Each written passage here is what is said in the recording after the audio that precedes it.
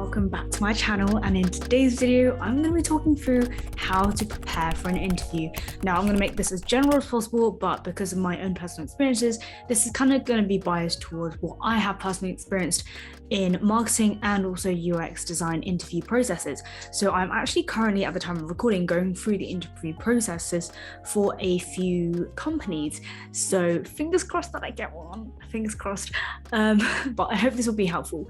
So I have 3 tips for you. Number 1 is to research your interviewers. Now this might seem a little bit stalkerish, but trust me, your interviewers are going to do research on you. So why not do some research on them?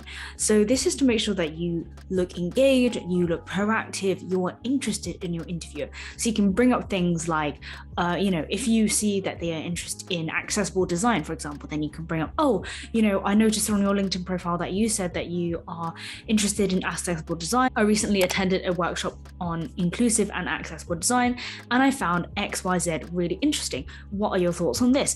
And this is to show that, yes, you are engaged in the topic of conversation, in whatever speciality or role that you're going into, but also that you are interested in your interviewer. It's always nice to have some level of relatability and commonality and common ground between you, because that automatically makes you seem better in the eyes of interviews. Disclaimer, obviously, I'm not saying this is true for everyone, but this has been the case in my own experience. So you can use sites like Twitter, LinkedIn, Instagram, even. Just be creative, find out where your interviewer is on the internet and see what information you can get from them. Maybe even read some of their articles. If they have published Medium articles, for example, it will make you look very good. My second tip is to have your questions ready. Like I say, you need to be looking as proactive and interested as possible. So if you have questions ready at the end of your interviewer will usually ask you, after you've answered the questions, like, why are you interested in the company, and etc. They will ask you, do you have any questions to ask me? So what I like to do is I like to have a whole list of stock questions that I like to ask, just general questions that I want to know from every single company. For example, how have you handled the working from home situation? What are you excited about in the areas of diversity and inclusion in your company in the next 5 years, for example? And if you want to see my job interview prep template, you can find it here. It's also linked in the description, and that will have a whole list of stock interview questions that you can basically borrow and steal in the interview. And I find that really helpful, because when you're put on the spot and you're asked what do you have to ask me, you don't want to be saying I don't have any questions, because that means you're not really thinking about, you're not really invested in the role. If you have questions, it means that you're interested in finding out more, right? So that's why I highly encourage you to come up with a list of questions or steal my questions if you are stuck on what to ask.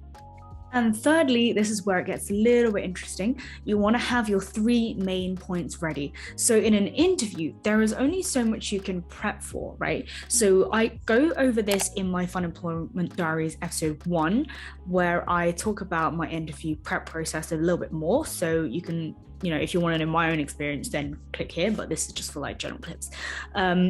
So you want to have your 3 main points that you want to circle back to whether that's your academic experience, your work experience, volunteering experience that is applicable to that job. So you have those 3 points as a main thread that you can circle back to whenever you're a little bit stuck or not really sure about what you want to say, because it's really easy to keep rambling on in an interview. I certainly ramble a lot in interviews, so it's good to keep it concise and straight to the point, because if you ramble too much and if you waffle too much, you'll look like you don't know what you're talking about, which is true sometimes.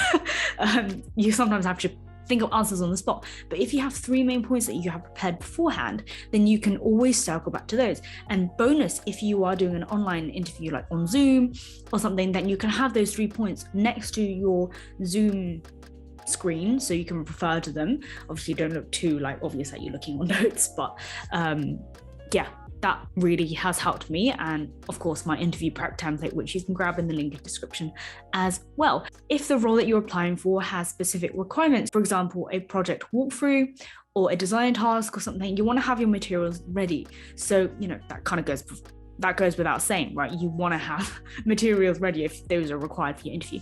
So for example, for my final stage interview that I'm going to be doing next week, at the time of recording, I'm kind of nervous but also really excited because the job is really exciting. I'm actually going to talk with the lovely person who referred me, and they're going to help me to prep that project walkthrough with me. So if you can find someone like that, if you're a UX designer, go on ADP list, or you can go and look for people on Superpeer who can help you do the same thing. So I would really encourage you to look for mentors who can help you with this design process, especially if you're an upcoming designer. So yeah, if you have any questions about UX design interview process in particular, let me know, because I am also going through this journey as well. So hope this video was useful, and if you have any questions, of course, email or comment below and I'll try to get back to you ASAP.